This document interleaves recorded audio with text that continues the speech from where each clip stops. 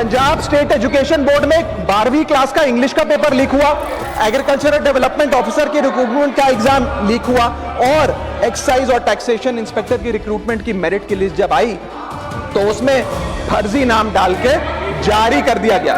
इसी साल कर्नाटक में कांग्रेस की सरकार के अंडर एसएसएलसी का पेपर हुआ, पेपर लीक हुआ और वो पेपर ऑनलाइन 200 रुपए में स्टूडेंट्स को बेचा जा रहा था। सर, इसी के साथ साथ पेपर लीक किसी एक पार्टी का, किसी एक सरकार का ऑफिसर या मिनिस्ट्री की देन नहीं है और ये कोई 2026 का फिनोमेना भी नहीं है। सर, मैं बता दूं कि सर, जब बात अकाउंटेबिलिटी की हो, मोरालिटी की हो, जवाबदेही की हो, तो इसलिए इससे जब बात अकाउंटेबिलिटी की हो, मोरालिटी की हो, जवाबदेही की हो, तो सर ये इससे तय नहीं होना चाहिए कि पेपर लीक कौन से राज्य में हुआ, कौन सी मिनिस्टर के अंडर हुआ, कौन सी पार्टी में हुआ, क्योंकि ये एक पैन इंडिया ऑर्गेनाइज्ड क्राइम है, क्रॉनिक डिजीज है। मैं ये बात इसलिए कह रहा हूं क्योंकि 19 जुलाई 2026 को, आज से मात्र 10 दिन पहले, पंजाब के अंदर एक फार्मेसी ऑफिसर रिक्रूटमेंट का एग्जाम हुआ। उसमें मैसिव इरेगुलरिटीज देखी गई, ब्लूटूथ डिवाइसेस के माध्यम से लाइव चीटिंग चल रही थी और चीटिंग सिंडिकेट वो चीटिंग फैसिलिटेट कराने के लिए 13 लाख रुपए का रेट चार्ज कर रहा था। यही नहीं सर, आम आदमी पार्टी की सरकार जब पंजाब में बनी तब से अभी तक नायब तहसीलदार के एग्जाम में इरेगुलरिटीज देखी गई और लार्ज स्केल चीटिंग हुई। पंजाब स्टेट एजुकेशन बोर्ड में 12वीं क्लास का इंग्लिश का पेपर लीक हुआ, पीएसटीटी स्कूल टीचर रिक्रूटमेंट का एग्जाम का पेपर लीक हुआ, पीएसएसबी के ग्रुप ऑफिसर के रिक्रूटमेंट का एग्जाम लीक हुआ, एग्रीकल्चरल डेवलपमेंट ऑफिसर के रिक्रूटमेंट का एग्जाम लीक हुआ और एक्साइज और टैक्सेशन इंस्पेक्टर की रिक्रूटमेंट की मेरिट की लिस्ट जब आई तो उसमें फर्जी नाम डाल के जारी कर दिया गया। सर, मैं आ रहा हूं, अब मैं कांग्रेस में ही आ रहा हूं।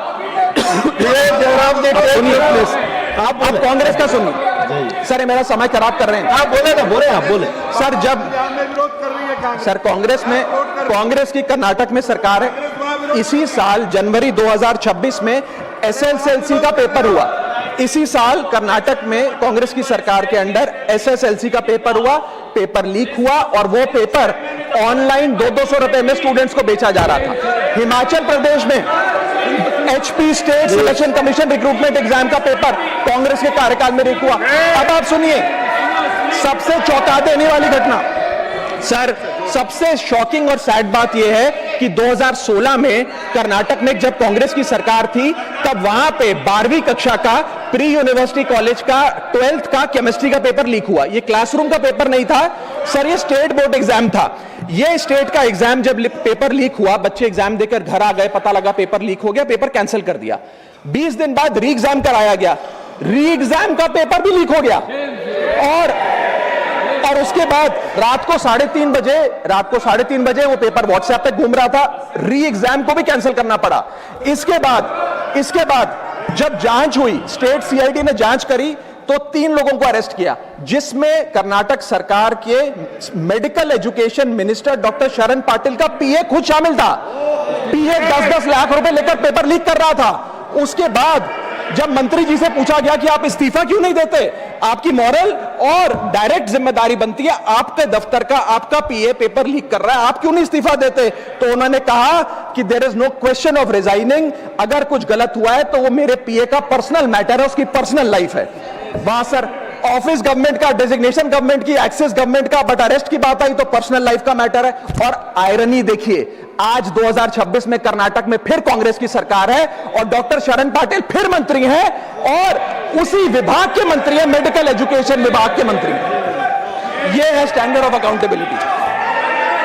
सर सुन लो, उसी के साथ साथ 2004 से 2014 के बीच में जब यूपीए की सरकार थी तो कांग्रेस के कार्यकाल में दर्जनों एग्जाम्पल हैं, डॉक्यूमेंटेड एग्जाम्पल हैं पेपर लीक के सर, जिसमें मुख्य तौर पर AIIMS post graduate medical entrance exam 2006 में लीक हुआ, रेलवे रिक्रूटमेंट बोर्ड का एग्जाम 2009 का लीक हुआ, all India engineering entrance exam 2011 UPA के कार्यकाल में लीक हुआ और SSC combined graduate level exam 2013 leak हुआ। सर, इस पीरियड में उस समय की यूपीए सरकार ने क्या किया? कोई अकाउंटेबिलिटी एस्टैब्लिश करी, कोई एग्जाम सिक्योरिटी आर्किटेक्चर को ओवरऑल करने के लिए कोई कानून लाए, कोई dedicated anti paper leak law लाए, कुछ नहीं लाए। सर, मैं एक बात कहना चाहता हूं सर, पॉलिटिकल मेमोरी सिलेक्टिव हो सकती है, पब्लिक रिकॉर्ड सिलेक्टिव नहीं हो सकता। अगर national exam, sir national exam का पेपर लीक अगर नेशनल क्राइसिस है, जो कि है, तो सर ऑपोजिशन रूल्ड स्टेट का पेपर लीक एक लोकल इंसिडेंट कैसे हो सकता है? सर स्टूडेंट में तो फर्क नहीं होता।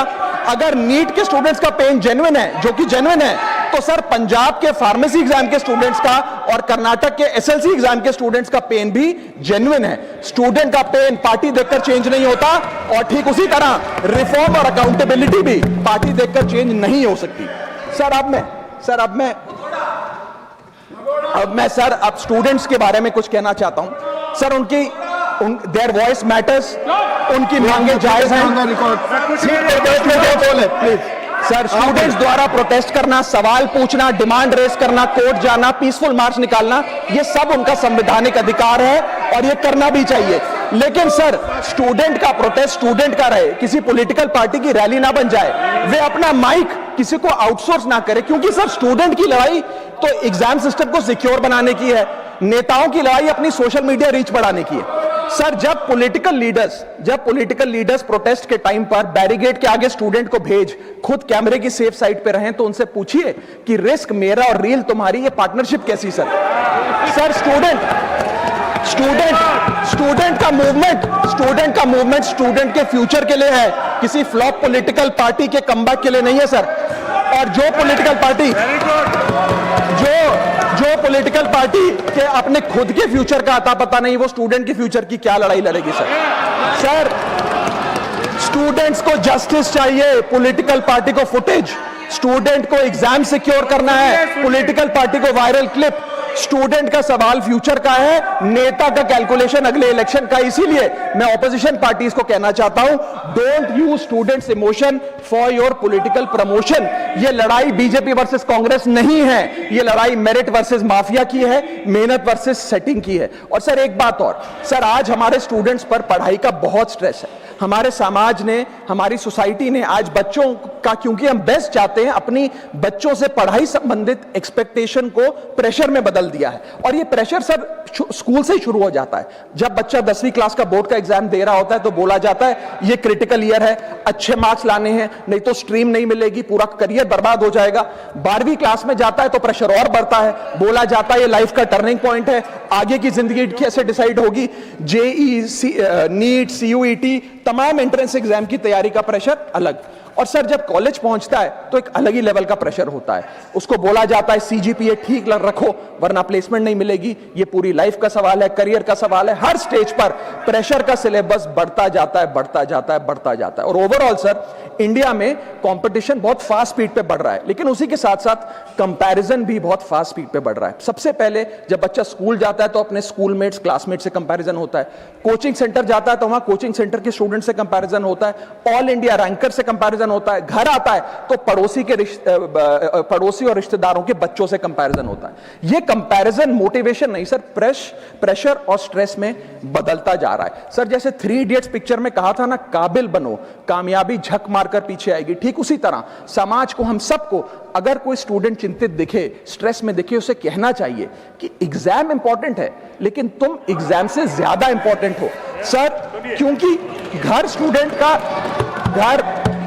स्टूडेंट का सेफ स्पेस होना चाहिए सर, दूसरा एग्जाम सेंटर नहीं। और एक रैंक सर, एक रैंक रिजल्ट डिसाइड कर सकती है बच्चे का, उसका फ्यूचर नहीं, वैल्यू नहीं, उसकी पूरी जिंदगी नहीं। और अंत में sir, I just take 1 more minute sir, अंत में मैं अपने वेल विशर्स को भी कुछ कहना चाहूंगा, जो पिछले कुछ समय से मुझे कह रहे थे कि राघव आप नीट के इशू पर कब बोलोगे, आपको हम सुनना चाहते हैं। मैं बड़ी हम्बली कहना चाहता हूं सर, जब मैं ऑपोजिशन में बैठता था तब सवाल मेरा हथियार था, आज मैं ट्रेजरी बेंचेस पर बैठता हूं, आज सोल्यूशन मेरी जिम्मेदारी है। मैं भी रोज कैमरे के सामने आकर साउंड बाइट दे सकता था, लेकिन मुझे हेडलाइन नहीं सर, मुझे आउटकम चाहिए। और जब मैं ऑपोजिशन में था तब मेरा काम इशू रेस करना और सवाल उठाना था, और पूरा सदन, और आप जानते हैं मैंने वो काम पूरी ईमानदारी से किया। लेकिन आज मेरा रोल कैमरा के सामने अटेंडेंस लगाने का नहीं है, मेरा role is, my focus is to fix the system. इसीलिए मैंने अपने आप से एक वादा किया, I made a promise to my self कि मैं इस मुद्दे पर पार्लियामेंट में बोलूंगा, और उस दिन बोलूंगा जिस दिन हम प्रॉब्लम सॉल्व कर रहे होंगे, सोल्यूशन लेकर आएंगे, when the system is getting fixed, and today is that historic day when the system is getting fixed।